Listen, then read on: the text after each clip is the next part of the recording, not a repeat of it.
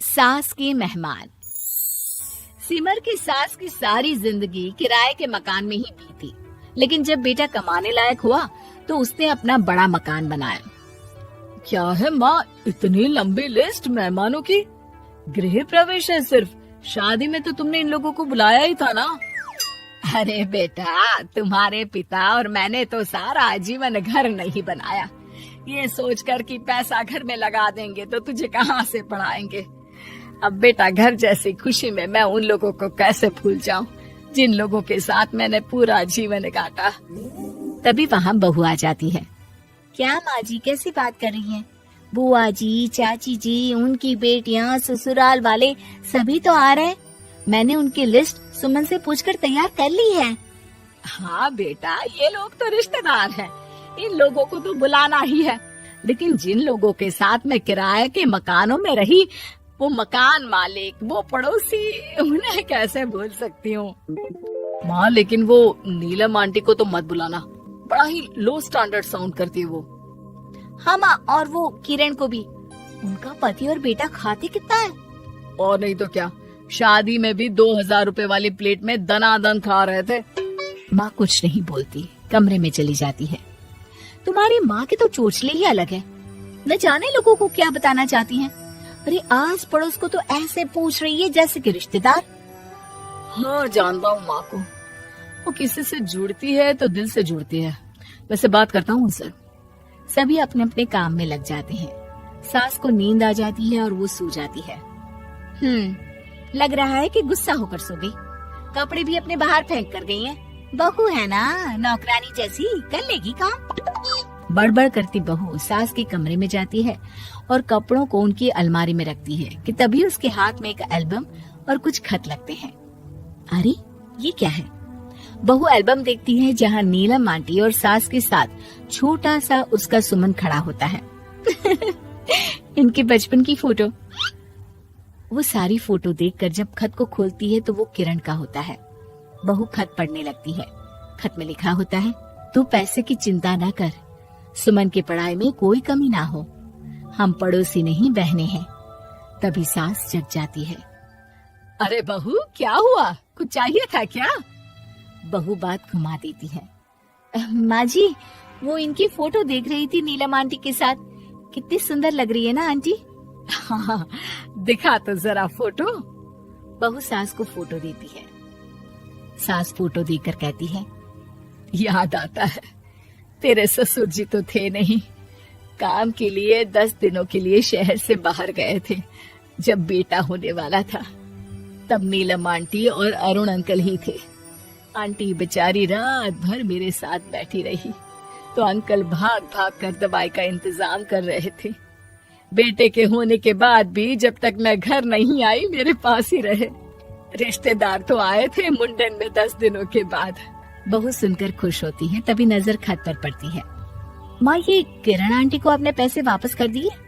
हाँ, वो भी समझ कैसे कैसे किए मैं ही जानती हूँ। सुमन की पढ़ाई के लिए पैसों की जरूरत थी। रिश्तेदारों ने तो साफ बोल दिया था कि किसी होटल में काम पर लगा दो। कई लोग बर्तन धोने के साथ पढ़ाई करते हैं, लेकिन किरण आंटी, उन्होंने अपने बुढ़ापे के लिए बचाए हुए पैसों को सुमन की पढ़ाई के लिए दे दिए। यानी कि आज ये जो कुछ भी है वो किरण आंटी के कारण ही ना? हाँ बहू, ऐसे ऐसे पड़ोसी हुआ करते थे जो किसी रिश्ते के नाम से नहीं बल्कि अपनेपन से भरे थे। फिर सास का बोलने का रुख तीखा हो जाता है। और फिर भी देख, सुमन इन लोगों को भी नहीं बुलाने दे रहा है। माँ, मैं बात करती हूँ, ये लोग सिर्फ आएंगे ही नहीं, हम लोगों के साथ रुकेंगे भी घर में, रिश्तेदारों की तरह। सास बहू बेटे से पूछकर एक एक घर जाकर पड़ोसियों को एक दिन रहने का न्योता दिलाते हैं। और फिर वो दिन भी आ जाता है जब घर में गृह प्रवेश होता है। अरे हम लोगों का कमरा कहाँ है? बड़ा कमरा देना हम लोगों को, खुला खुला। सुमन परेशान हो जाता है कि वो क्या करे, कहाँ किसका सामान रखे, कि वहीं किरण पड़ोसन आ जाती है। अरे सुमन, परेशान ना हो बेटा, हमारे कमरे में रख दो उन लोगों का सामान, हम तो तेरी माँ के साथ ड्राइंग रूम में एडजस्ट हो जाएंगे। और हमारा कमरा कहाँ है? सुमन, जरा सामान कमरे में तो रखवा दो।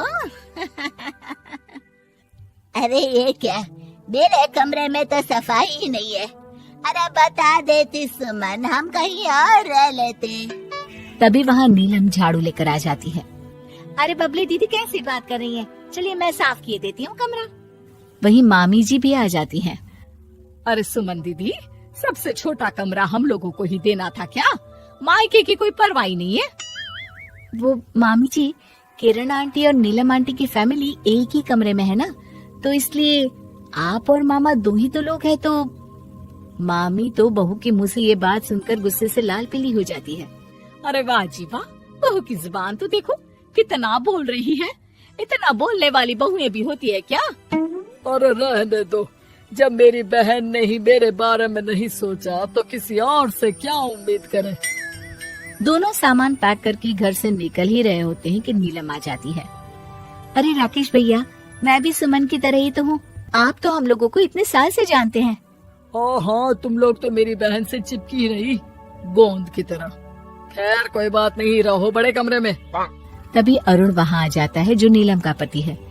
अरे अरे भाई साहब, थोड़ा तो वक्त दीजिए, हम सारे छोटे कमरे में शिफ्ट हो रहे हैं। सारे पड़ोसी छोटे कमरे में चले जाते हैं और मामा मामी बड़े कमरे में।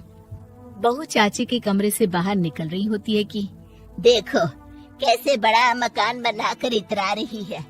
अरे जब हम लोगों ने कहा था कि घर बनवा लो, तब तो लड़के को पढ़ाने की पड़ी थी।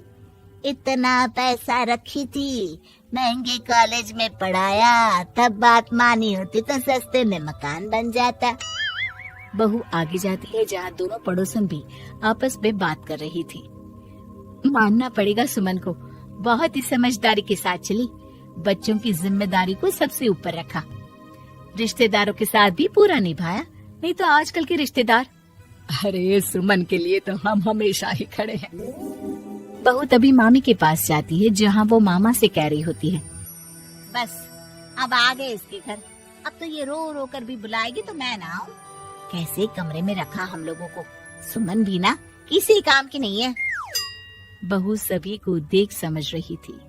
रिश्तेदारों के नखरों के बीच पड़ोसियों का प्यार। वो देखकर समझ जाती है कि सास के असली मेहमान कौन है।